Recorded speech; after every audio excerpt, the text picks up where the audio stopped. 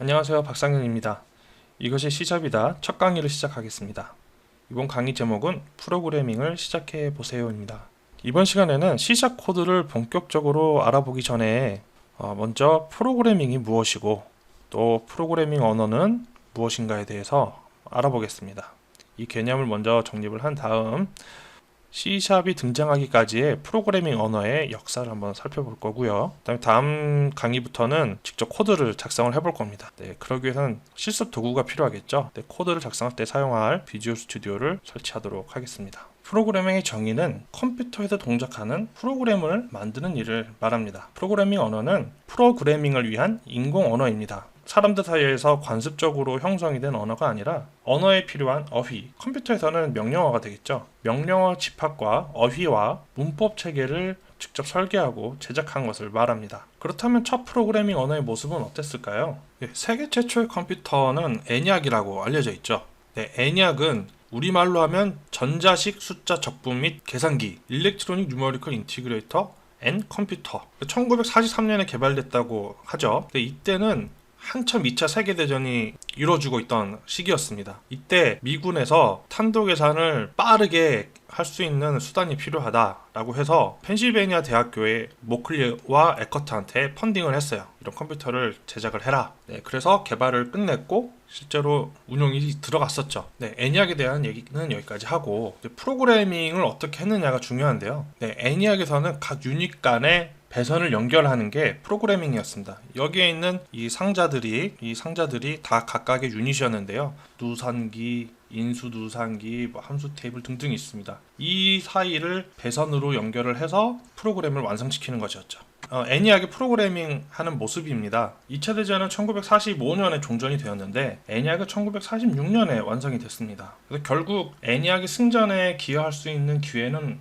없었죠. 하지만 ENIAC은 컴퓨터의 가능성을 세계에 보여주는 그런 계기가 되었습니다. 그래서 민간과 과학기술 분야에서 컴퓨터를 사용하려고 하는 그런 수요가 늘어나고 따라서 프로그램에 대한 수요도 늘어났습니다. 근데 여러분 앞서 슬라이드에서 보셨지만 이렇게 유닛 간의 배선을 연결하는 방식으로는 이런 수요를 따라잡을 수가 없죠. 너무 어려웠습니다. 그래서 방법을 강구하게 됐죠. 그래서 그 결과가 바로 컴파일러입니다. 컴파일러는 쉽게 얘기를 하면은 번역기인데요. 먼저 사람이 읽고 쓸 수 있는 언어로 작성된 코드로 프로그래밍을 합니다. 제가 앞서서 프로그래밍 언어는 인공 언어라고 말씀드렸어요. 인공 언어. 근데 여기에는 어휘가 있고 여기에는 명령어가 되겠죠. 문법이 있다고 했어요. 근데 이 명령어가 사실은 0101 0011 이런 이진 코드로 되어 있었어요. 0과 1로 구성되어 있었죠. 근데 사람이 읽고 쓸 수가 없는 거였어요. 그래서 컴파일러의 아이디어는 컴퓨터는 01밖에 못 읽어. 그런데 사람이 이 명령어를 예를 들면 사람의 어휘로 일단 만들어 놓고 이것을 기계가 쓸 수 있는 이진 코드 기계어로 바꿔주면 되지 않을까? 이 부분을 컴파일러가 해주는 거죠. 이런 아이디어를 바탕으로 컴파일러가 만들어졌어요. 여기 왼편에 보시는 것이 머신 코드, 즉 기계어입니다. 오른쪽에는 어셈블리어예요. 이 move라는 명령어는 여러분들 PC에 탑재되어 있는 x86 계열의 어셈블리어입니다. 적재하라는 뜻인데요. 이 EAX라는 레지스터에 0x01을 저장을 해라. 이 레지스터는 이 강의가 컴퓨터 아키텍처 강의는 아니기 때문에 간단히 설명을 드리면은 CPU 안에 아까 여러분들 ENIAC에서 보셨던 여러 가지 유닛이 있죠. 이런 계산을 담당하는 유닛이 있고 뭐 컨트롤 유닛도 있고 한데 이 유닛들이 사용할 수 있는 메모리 같은 녀석이 있어요. 이 레지스터에다가 데이터를 담아놓고 계산을 하는 거죠. 그래서 여러분들 이 왼쪽에 있는 기계어랑 오른쪽에 있는 어셈블리어랑 비교를 해보면 당연히 오른쪽에 있는 명령어들이 읽기 훨씬 쉽죠. 물론 이것도 충분히 쉬운 건 아닙니다만 이 정도면 상당히 많이 개선이 됐다고 볼 수 있습니다. 좀 어느 정도 공부를 하고 훈련을 받으면 프로그래밍이 가능해져요. 어셈블리 컴파일러가 등장한 이후에 컴퓨터 성능은 더 좋아지고 프로그래밍은 더 쉬운 쪽으로 발전을 했습니다. 이 왼편에 있는 코드, 어셈블리 코드인데요. 한번 읽어볼까요? EAX 레지스터에 0x01을 넣어라. 이거 지금 0x는 16진수를 나타내는 접두사인데요. 1이에요. 0x01은 1입니다. 10진수로도. 그리고 EAX에다 0x01을 적재하고 그 다음에 EAX에 0x01이 있는데 여기에다가 0x05를 더해라. 그러면은 EAX에는 뭐가 남을까요? 0x06이 됩니다. 근데 이거는 어셈블리어를 잘 알아야 이 결과를 알 수가 있겠죠. 프로그래머는 자기가 작성하고 있는 코드의 결과를 분명하게 이해를 하고 있어야 됩니다. 근데 훈련이 되어 있어도 쉽지가 않죠. 오른쪽에 있는 코드를 한번 볼까요? x는 얼마일까요? 네, 6이에요. 네, 이런 패러다임으로 프로그래밍을 바꾸신 분이 바로 존 베커스라는 엔지니어입니다. 이제는 별세를 하셨는데요. 이분이 포트란을 개발을 하면서 프로그래밍의 패러다임이 오늘날 우리가 사용하고 있는 그런 프로그래밍 언어의 형태로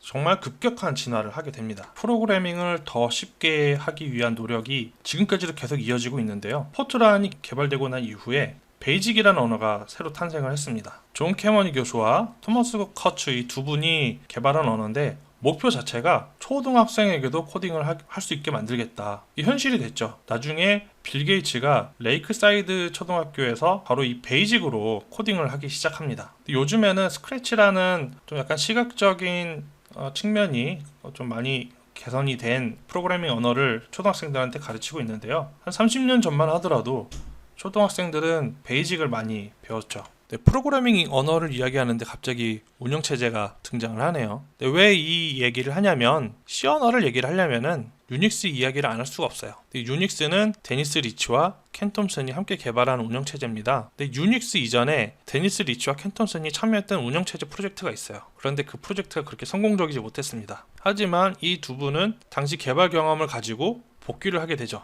PDP-11이라는 하드웨어가 벨 연구소에서 좀 놀고 있었어요. 그래서 여기에다가 한번 운영체제를 만들어서 올리면 어떨까 해서 유닉스를 개발을 했고요. 먼저 개발을 했어요. 근데 이상하죠? C 언어를 이용을 해서 유닉스를 개발을 해야 되는데 왜 유닉스 개발을 먼저 했을까요? 근데 먼저 어셈블리어로 먼저 개발을 다 끝낸 거예요. 그러고 나서 어셈블리어로 개발을 했는데 새로운 언어로 개발을 하고 싶다. 그래서 C 언어를 개발을 하고 그리고 다시 유닉스를 새로 작성을 하게 됩니다. 그래서 이 둘은 실과 바늘 같은 존재가 돼요. 햄버거와 콜라 같은 존재가 돼서 둘이 항상 같이 다니게 됩니다. 근데 이 C 언어와 유닉스 개발이 끝난 이후에 UC 버클리에서 켄 톰슨이 안식년을 보내게 돼요. 이 기간 동안 켄 톰슨이 대학가에 유닉스와 C를 전파하게 됩니다. UC 버클리뿐만 아니라 이 운영 체제가 필요한 모든 대학교에 이 유닉스를 보급을 하게 되고 또 유닉스를 보급을 하게 되면서 C 언어가 함께 전파됩니다. 그러면서 이 유닉스와 C 언어가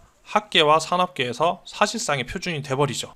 실제로 한 1990년대까지만 해도 프로그래밍을 한다 라고 하면은 C 언어를 한다 이게 거의 동의어였던 시기가 있기도 했습니다. 근데 여담이지만 C라는 이름은 B 언어를 계승한다는 의미에서 붙여진 거라고 해요. 이 C 언어를 개발하신 데니스 리치는 2011년에 돌아가셨습니다. 스티브 잡스나 빌 게이츠 같이 유명한 분에 못지않게 정말 많은 공적을 남기신 분인데 사람들이 많이 기억해주지 못하는 게 프로그래머로서 조금 안타깝고 속상합니다. 네, 이제 C++ 이야기를 해볼게요. C++ 언어는 비아네 스트로스트럽이라는 분이 개발하셨어요. 근데 재미있는 거는 이분도 벨 연구소 출신이에요. 이분도 벨 연구소의 위상이 어느 정도인지 보이는 부분이죠.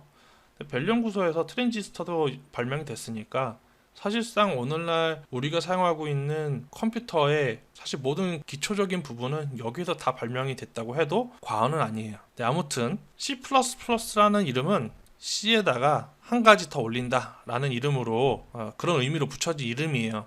이제 플러스 나중에 배우시게 되겠지만 이렇게 하면은 변수에다가 왼쪽에 있는 이 변수에다가 1을 더하는 효과가 있거든요. 기존에 있던 C 언어에 객체지향 프로그래밍 패러다임을 입혔다라고 해서 C++라고 한 건데 C++ 언어는 C 문법하고 호환이 돼요. 그래서 C 프로그래밍을 하면은 C++ 컴파일러에서 컴파일이 됩니다. 또 C 언어를 사용하고 있던 프로그래머는 이렇게 거부감 없이 C++를 사용할 수 있었죠. 그리고 성능과 생산성을 모두 제공하는 그런 프로그래밍 언어였습니다. 이전 세대 프로그래밍 언어보다는 많이 좋아졌는데 C와 C++가 여전히 사용하기는 쉽지는 않았습니다. 일단 크게 이런 세 가지 어려움이 있었는데 메모리 관리가 쉽지 않았어요. 이게 무슨 말이냐면 간단하게 설명을 드리겠습니다. 운영체제가 프로그램을 실행하면 프로그램은 운영체제로부터 일정 크기의 메모리 공간을 할당을 받아요. 그러면 프로그램은 자신이 다뤄야 되는 데이터를 이 메모리에 할당하기 위해서 저장하기 위해서 어떤 순서를 거치냐면 어떤 일정 크기를 할당을 합니다. 그리고 할당한 공간 안에 데이터를 저장하고 라이트하고 읽기, 리드를 하죠. 데이터를 이렇게 기록을 했어요. 다 쓰고 났으면은 해제를 해줘야 돼요. 즉 방을 빼줘야 됩니다. 이렇게 방을 빼줘야 돼요. 왜 이 해제 과정이 중요하냐면은 해제를 해주지 않으면은 프로그램에게 할당되어 있는 메모리 공간을 계속해서 잠식해 나가겠죠. 결국에는 메모리가 부족하다는 문제가 발생을 하게 되고, 운영체제는 이런 문제가 발생한 프로그램을 중단을 시킵니다. 프로그래머도 사람이기 때문에 실수를 합니다. 메모리 공간 1000개를 할당을 했는데 999개를 제대로 해제를 했어요. 그런데 하나가 남았네. 이 경우에 프로그램이 오랫동안 실행이 되는 경우에는 결국에는 시간이 문제지, 결국에는 이런 문제가 발생을 하게 되어 있습니다. 깔끔하게 이 문제를 해결하기가 간단치 않았죠. 플랫폼 이식이 좀 어려웠습니다. 우리가 유닉스 위에서 프로그램을 작성을 했어요. 근데 이것을 맥에서도 동작하게 하고 싶습니다. 이 코드를 그대로 옮기면 동작을 했을까요? 그렇지 않았어요. 유닉스에 특화되어 있는 코드가 있고 또 맥에 특화되어 있는 코드가 있는데, 이것을 C 언어 수준에서는 책임져 주지 않았습니다. C 언어의 규격은 이것을 정의하지 않았어요. 그러니까 이식이 쉽지 않았죠. 또 라이브러리가 일관성이 없었어요. 예를 들어 내가 파일을 다루기 위한 어떤 API를 사용을 했다면은 그 다음에 스레드를 다룰 때도 뭐 같은 스타일로 라이브러리가 준비가 돼 있으면 그것을 새로 익히는데 그렇게 어렵지가 않은데, 일관성이 없다 보니까 파일을 다룰 때 확보한 지식을 다른 도메인에서 사용하기가 쉽지 않았던 거죠. 또 API 라이브러리에 일관성이 없기 때문에 프로그래머가 새로운 영역의 API에 적응하는데 좀 어려움이 있었습니다. C샵이 등장하면서 C 언어와 C++ 언어에서 겪었던 문제들을 상당 부분 해결할 수 있게 됐습니다. 메모리 관리 문제도 상당히 간편해졌죠. 이제 예전에는 할당하고 그 다음에 데이터를 읽고 쓰는 과정이 있고 그 다음에 해제를 했어야 되는데, 이 부분은 프로그래머가 해결을 하고 이 부분은 가비지 컬렉터가 감당을 하게 되는 거죠. 또 프로그래머는 해제에 대해서는 잊어도 되는 겁니다. 그리고 플랫폼 이식도 이제 프로그래머의 책임이 아닌 거예요. CLR이 해당 OS를 지원을 하면은 윈도우든 리눅스든 맥OS든 안드로이드든 뭐 iOS든 프로그래머는 어플리케이션 코드만 작성을 하면 돼요. 플랫폼 이식은 CLR이 책임져 줍니다. CLR이 뭔지에 대해서는 잠시 후에 설명을 드릴게요. 그래서 과거에는 C 언어나 C++는 일관성 없는 라이브러리로 프로그래머들이 좀 고생을 했다면은 C샵의 .NET 클래스 라이브러리는 상당히 정돈이 잘 되어 있습니다. 그래서 일관성 있는 클래스 라이브러리 덕분에 어느 한 영역의 프로그래밍 전문성이 쌓이면은 다른 영역에 프로그래밍을 할 일이 생기더라도 쉽게 적응을 할 수 있게 되었죠. C샵 어플리케이션이 운용될 수 있는 하드웨어 환경과 운영체제 환경이 다양하다 보니까 사용되는 영역도 상당히 다양합니다. 먼저 C샵 하면은 유니티를 떠올리시는 분들이 많이 계시죠. 게임 클라이언트를 개발할 때 유니티가 굉장히 많이 사용이 되고 있고, 또 그 중에서도 C샵 스크립트를 많이 프로그래머들이 선택해서 사용을 하고 있습니다. 또 고성능 서버 어플리케이션을 개발할 때도 C샵을 많이 사용을 하고 있고요. 데스크탑 어플리케이션 분야에서는 C샵 외에는 선택지가 그렇게 많이 없는 편이기도 합니다. 우리가 카페나 음식점에서 사용하고 있는 포스 기계를 보면은 C샵으로 개발되어 있는 경우가 상당히 많이 있습니다. 또 ASP.NET을 기반으로 하는 웹 서비스, 또 클라우드 앱도 C샵으로 많이 개발을 사용하고 있고요. AI나 IoT 앱도 최근에는 개발을 많이 하고 있습니다.